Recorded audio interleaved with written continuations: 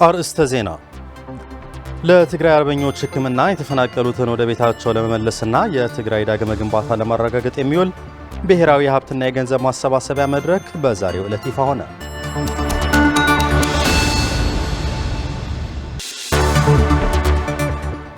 የአውሮፓ ህብረት በግሪንላንድ ጉዳይ አስፈላጊ ሆኖ ሲገኝ በአስቸኳይ እርምጃ ለመውሰድ መዘጋጀቱን አስታወቀ።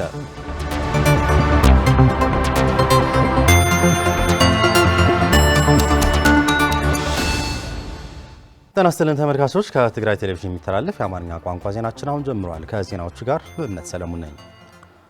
ለትግራይ አርበኞች ሕክምና የተፈናቀሉትን ወደ ቤታቸው ለመመለስና የትግራይ ዳግመ ግንባታ ለማረጋገጥ የሚውል ብሔራዊ የሀብትና የገንዘብ ማሰባሰቢያ መድረክ በዛሬው ዕለት ይፋ ሆነ። በተጠራው ሀገር አቀፍ የገንዘብ ማሰባሰቢያ ጥሪ መክፈቻ ላይ ንግግር ያደረጉት የትግራይ ጊዜያዊ አስተዳደር ፕሬዝዳንት ጀነራል ታደሰ ወረደ መድረኩ የውስጥ ገቢን በማጠናከር ችግሮችን ለመፍታት ከሚደረገው ጥረት አንዱ አካል መሆኑን አረጋግጠዋል። ታደሰ አልቻለም ለትግራይ አርበኞችን ለማሳከሚያ የተፈናቀሉት ወደ ቤታቸው ለመመለስና የትግራይ ዳግመ ግንባታ ለማረጋገጥ የገንዘብ ማሰባሰቢያ የብሔራዊ ሀብት ማሰባሰቢያ መድረክ በዛሬው ዕለት ይፋ ሆኗል። በተጠራው አገር አቀፍ የገንዘብ ማሰባሰቢያ ጥሪ መክፈቻ ላይ ንግግር ያደረጉት የትግራይ ጊዜያዊ አስተዳደር ፕሬዝዳንት ጀነራል ታደሰ ወረደም መድረኩ የውስጥ ገቢን በማጠናከር በትግራይ ያሉ የውስጥ ችግሮችን ለመፍታት ከሚደረገው ጥረት አንዱ አካል መሆኑን ተናግረዋል። ፕሬዝዳንቱ አክለውም በተገቢው የመንግስት ቁጥጥር ለታቀደው ዓላማ ሂደትና ውጤት የሚውል ሀብት ነው ብለዋል። ስለዚህ ሁሉም የትግራይ ተወላጆች ብሔራዊ የገቢ አሰባሰብን በማጠናከር አሻራቸውን እንዲያሳርፉ ጥሪ አቅርበዋል። አብላለ ጉዳት ግን ተጋደልትና ተማዛበልትን ካልኦት ኡሉላ ዝተቃልሑ ወገናትን ይህ የሀብት ማሰባሰብ ዓላማ የትግራይ አርበኞችን ለማከም የተፈናቀሉትን ወደ ቀያቸው ለመመለስና የትግራይ ዳግመ ግንባታ ለማረጋገጥ ያለመ መድረክ ነው። ሁሉም የትግራይ ተወላጆችና ወዳጆች በሙሉ በዚህ ብሔራዊ የገቢ ማሰባሰቢያ ሂደት እንድትሳተፉና የራሳችሁን አሻራ እንድታኖሩ ጥሬን አቀርባለሁ። የብሔራዊ ሀብት አሰባሰብ ኮሚቴ ቦርድ ሰብሳቢ ዶክተር አብርሃም ተከስተ በበኩላቸውም ትግራይ እንደ ሌሎች ክልሎች ከፌዴራል መንግስት ማግኘት ያለባትን በጀት ባለማግኘቷ ምክንያት ማህበረሰቡ ለተለያዩ ማህበራዊ ኢኮኖሚ ችግሮች እየተጋለጠ ይገኛል ሲሉም አክለዋል። ተመዛበልቲና መረበቶም ምምላስ ከምኡውን ናይ ሕወት ስራሕቲ ምክያድ ዝኣመሰሉ በትውዕል መሰረት በመንግስት ኢትዮጵያ አይተፈጸሙ። የፕሪቶሪያው ስምምነት ከተፈረመ ከ3 ዓመታት በላይ ቢያስቆጥርም የትግራይ ግዛታዊ አንድነት ማረጋገጥ፣ ተፈናቃዮች ወደ ቀያቸው መመለስና የመልሶ ማቋቋም ስራዎችና የመሳሰሉት በውሉ መሰረት በፌዴራል መንግስት አልተፈጸመም። ለአብነት ክልሎች ከፌዴራል የሚያገኙት በጀት ለሁሉም ክልሎች ሲላክ ለትግራይ ሊላክ የሚገባው በጀት ከጥቅምት ወር 2018 ዓ.ም ጀምሮ በጸደቀው መሰረት አልተላከም። የበጀት ክልከላው ለትግራይ ጊዜያዊ አስተዳደር የተሰጠው ተልእኮ እንዳይፈጽም እንቅፋት እየሆነበት ነው። የብሔራዊ ሀብት አሰባሰብ ኮሚቴ ምክትል ሰብሳቢ ዶክተር መሕረት በየነ በበኩላቸው ትግራይ ከጥቅምት ወር ጀምሮ በጀቷን ከፌዴራል መንግስት እንዳላገኘችና ቀጣይ ማግኘቷም ምንም ዋስትና የለንም ሲሉ አክለዋል። ዶክተር መሕረት በየነ አያይዘውም የገንዘብ አሰባሰብ በትግራይ ጦርነት ምክንያት የተፈጠረውን የበጀት ጉድለት ለመሙላት ያለመ ሀገራዊ ጥሪ ነው ብለዋል። በጀት አይመጽን ዘሎ ሕዚ ከምዚያ እናገርና በቃ ተቀመጣ ተወዲአን ኣለዋ በቀጻልነት ናይ ባዕልና አታውን ተዚሐልና ኣብ ዓቢ ጸገም ክንወድቅ ኢና። ይህ የገቢ ማሰባሰቢያ 3 ዓላማ አለው። አንደኛው በጄኖሳይድ ጦርነት የተጎዱ የትግራይ አርበኞችን 100% ማሳከም፣ ሌላኛው ተፈናቃዮች ወደ ቀያቸው መመለስ ነው። ተፈናቃዮች ወደ ቀያቸው ሲመለሱ አስፈላጊውን ድጋፍ ለማድረግ ያስችላል። እንደ ክልል ያጋጠመን የበጀት እጥረት አለ። ከፌዴራል መንግስት የትግራይ በጀት ሙሉ በሙሉ እየተላከልን አይደለም። ይህ ራሳችን ነው መሙላት ያለብን። በጀት እየመጣልን አይደለም። ስለዚህ በቀጣይነት የራሳችን ገቢ ከሌለን ችግር ላይ ነው የምንወድቀው። ስለዚህ ይህንን ችግር ለመፍታት የሀብት ማሰባሰብ ስራ ነው መስራት ያለብን። በሀገር አቀፍ ደረጃ በሚካሄደው የገንዘብ ማሰባሰቢያ መድረክ በሀገር ውስጥም ሆነ በውጭ ሀገር የሚገኙ የትግራይ ተወላጆች እንደሚሳተፉም ይጠበቃል። የደረሰብን ውድመት ዳግም ለመገንባት የውስጥ አቅማችን ልናሳድግ ይገባል ሲሉ የትግራይ ጊዜያዊ አስተዳደር ፕሬዝዳንት ታደሰ ወረደ ገለጹ። ፕሬዝዳንት ታደሰ ወረደ ይህን የገለጹት በቦራ ቸለናና እምባላጅ ወረዳዎች የትግራይ ዳግም ግንባታ ጽሕፈት ቤት በግማሽ ቢሊዮን ብር የተገነቡ ፕሮጀክቶች በተመረቁበት ወቅት ነው። ለገብረ እግዚአብሔር ገዳሙ ዘገባ ማዕድ ኃይለ በትግራይ በነበረው ጦርነት ሳቢያ የደረሰውን ውድመት ዳግም ለመገንባት ከውጭ በሚገኙ እገዛዎች ነው እየተሰሩ የሚገኙት ያሉት የትግራይ ጊዜያዊ አስተዳደር ፕሬዝዳንት ጀነራል ታደሰ ወረደ ዘላቂ የሆነ መፍትሄ ልናገኝ ከሆነ ግን የውስጥ አቅማችን ልናሳድግ ይገባል ብለዋል። ተዋና ናይ ሕወትን ካብቲ ዝነበርና ዝሐሸ የወደመውን ዳግም ለመገንባትና ከነበረው በተሻለ ደረጃ መስራት የምንችለው ከውጭ በምናገኘው እገዛ ሳይሆን በራሳችን አቅም ላይ ተመስርተን መሆን አለበት። በራሳችን በህዝባችን እንዲሁም በትግራይ ዕውቀትና ሀብት ተመርኩዘን ሊሆን ይገባል። እንደ ህዝብ አንድ እንደመሆናችን መጠን ይህን ማድረግ አያቅተንም። ምክንያቱም ነገሮችን ከግብ የማድረስ ተሞክሮ ስላለን። የትግራይ ዳግመ ግንባታ ጽህፈት ቤት ኃላፊ ኢንጂነር ቴድሮስ ገብረእግዚአብሔርና የፕሮጀክቱ አስተባባሪ አቶ ኪዳነ ገብረ 107 የተቋማቱ ፕሮጀክቶች በግማሽ ቢሊዮን ብር እየተገነባ እንደሚገኝ ይገልጻሉ። ተረፍ ጉዳያትም ብናይ ባዕልና በራሳችን አቅም የምንሰራውን እንሰራዋለን። የሚጎድል ነገር ካለም ከአጋር ድርጅቶች ጋር በጋራ በመነጋገር ስራዎቻችንም እንደምንሰራ ለመግለጽ እወዳለሁ። ብድምር ክረንከሎ አብዚ ወረዳዚ አብ 20 ጣቢያታት ፈሰስ ግብር ዘሎ በአጠቃላይ ሲታይ በወረዳው 20 ቀበሌዎች ፈሰስ እየተደረገ ነው ያለው። በትግራይ ዳግመ ግንባታ ጽህፈት ቤት ነው እየተደረገ ያለው። ይህም ከግማሽ ቢሊዮን ብር በላይ ፈሰስ ተደርጓል። በቦራ ቸለና ወረዳ የትግራይ ዳግመ ግንባታ ጽህፈት ቤት የተገነቡ ተቋማት ተክለ ስዋዕት አንደኛ ደረጃ ትምህርት ቤትና አበደን ጤና ጣቢያ ነዋሪዎች እንዲህ ይላሉ። ከአዲስ ካው ተቃጸውና ለሀድና ነበርና ከአዲስ ሆ በቃሬዛ ነበር ተሸክመውን የሚሄዱት። ይህ በመሰራቱ ግን ደስ ብሎናል። ተጨማሪ ጤና ጣቢያ እንዲሰራልንም ተስፋ እናደርጋለን። በጣም ደስ ለስራህ ሰሪህና በጣም ደስ የሚል ስራ ነው የተሰራልን። ምክንያቱም ልጆቻችን ከውጭ ሆነው ሲማሩ ትልቅ ችግር ነበረባቸው። አሁን ግን በተመቻቸ ሁኔታ ሆነው ስለሚማሩ ለወላጆችም ለተማሪዎችም ደስታ ፈጥሯል። የትግራይ ደቡባዊ ዞን ዋና አስተዳዳሪ አቶ ዝናቡ ገብረመድህን በበኩላቸው የተሰሩ ተቋማት ከሚመለከታቸው አካላት በመነጋገር ባለሙያዎች በማሟላት ዙሪያ እንደሚሰሩ ተናግረዋል። እዚ ተካል እዚ ፊዚካሊ ወይ ድማ ከም ተካል እዩ ታነጽድሎ ይህ ተቋም ተገንብቷል። ወደ ስራ እንዲገባ ግን ውሃና መብራት ጨምሮ አስፈላጊውን የመሰረተ ልማት እንዲዘረጋለት እንዲሁም ባለሙያዎች እንዲቀጠሩ እንዳስተዳደር ከእምባላጀ ወረዳ ጋር ሆነን የሚቻለንን ሁሉ እናደርጋለን። ሃይማኖታዊ በዓላት ሲከበሩ በመተሳሰብ በፍቅርና ለተቸገሩ ወገኖች በማሰብ መሆን አለበት ሲሉ የሃይማኖት አባቶች ገለጹ። አክለውም ከሁሉም በላይ የሆነውን ሰላም በማጽናት በዓላትን ማክበር ተገቢ መሆኑንም በመልእክታቸው ተመላክቷል። ሙሉ ብርሃን ዳርጌ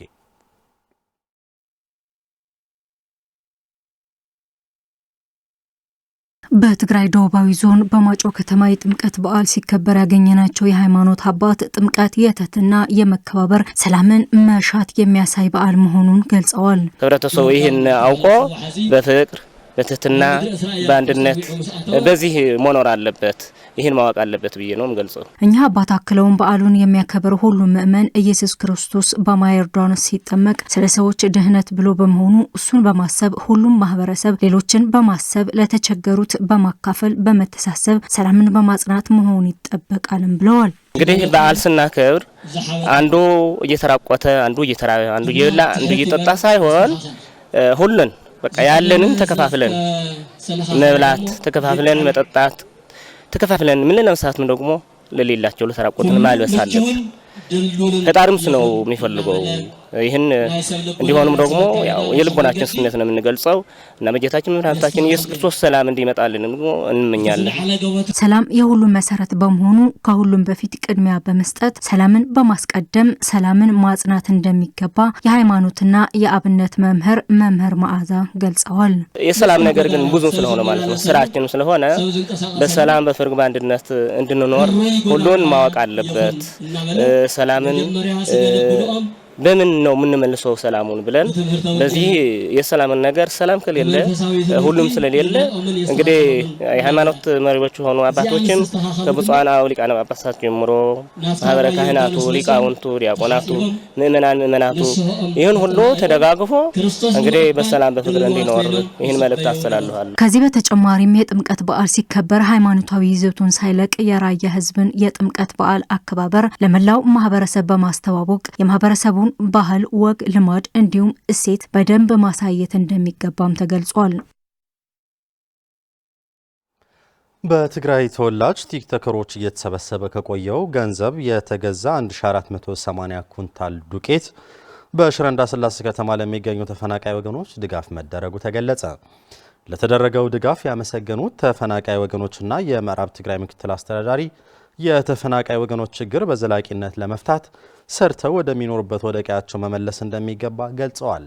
ለመለስ አባዲ ዘገባ ብርቱካን ጌታዬ።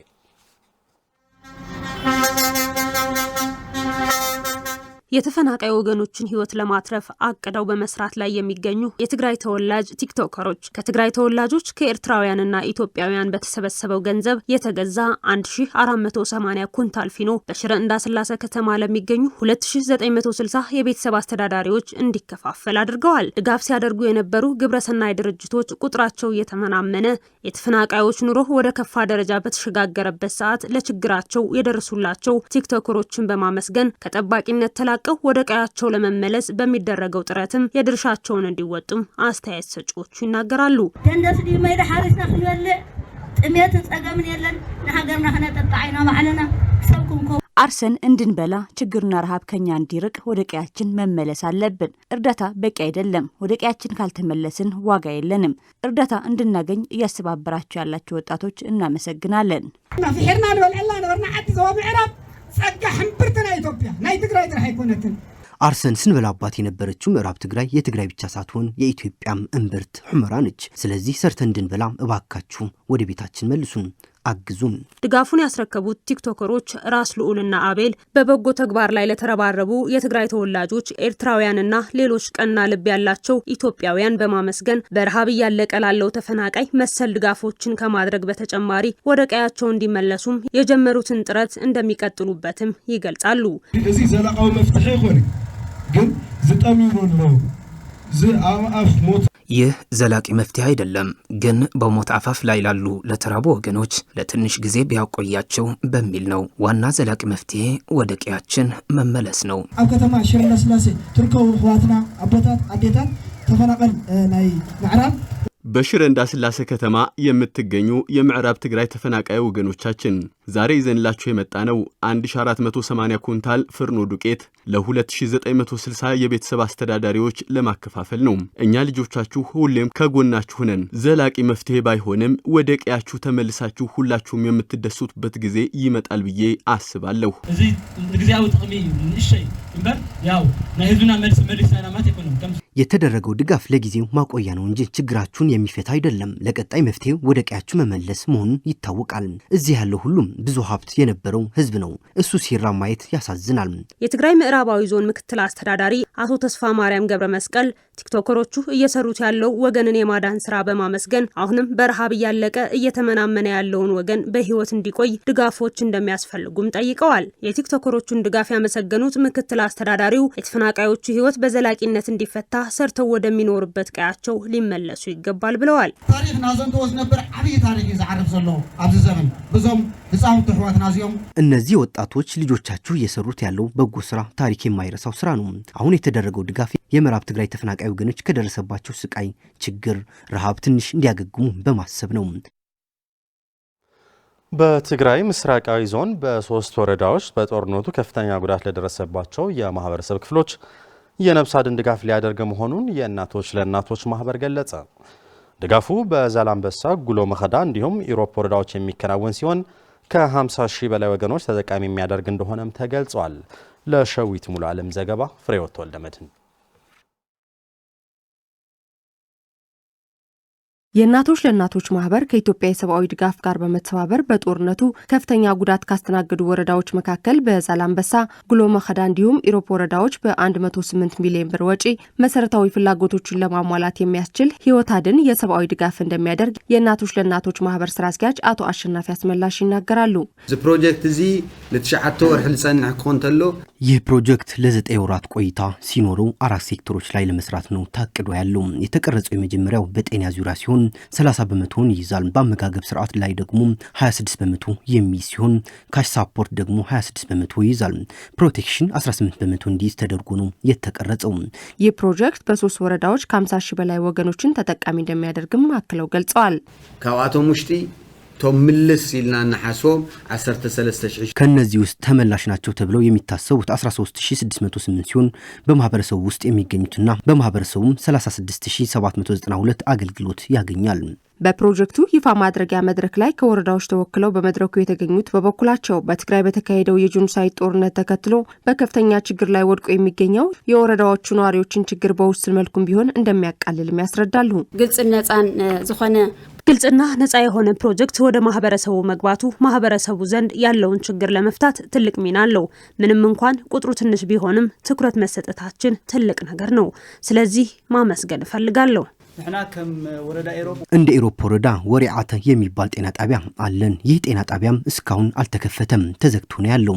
ስለዚህ ፕሮጀክቱ ወረዳችንን ተጠቃሚ ማድረጉ ያለውን ችግር ይፈታል ብለን እናስባለን።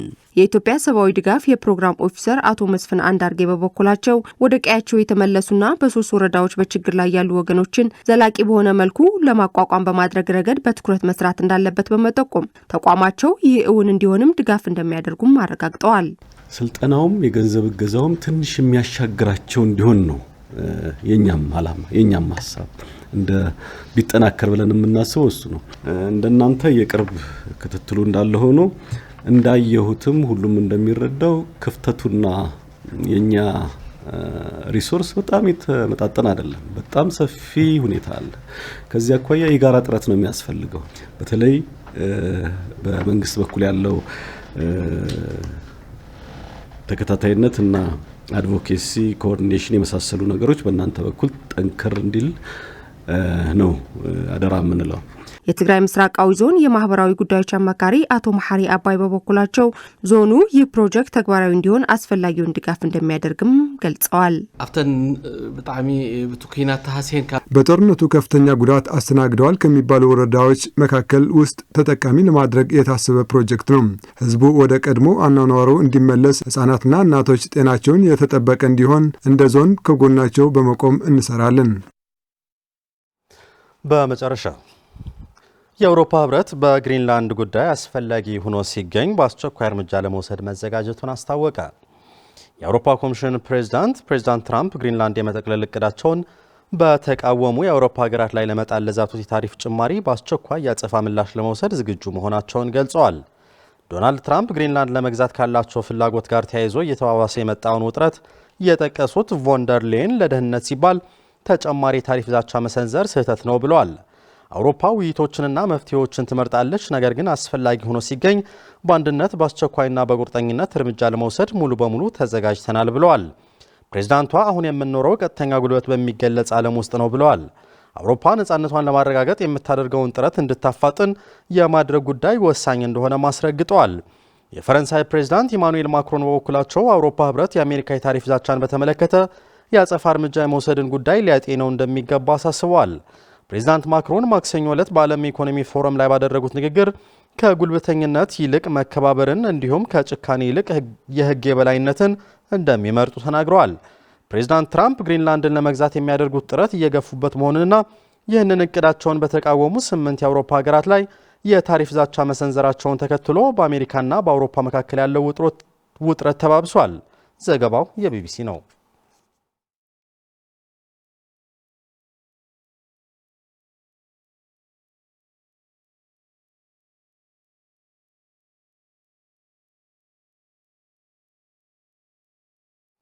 ተመልካቾች ዜናዎቻችን አብቅተዋል። ስለተከታተላችሁ እናመሰግናለን። ሰላም።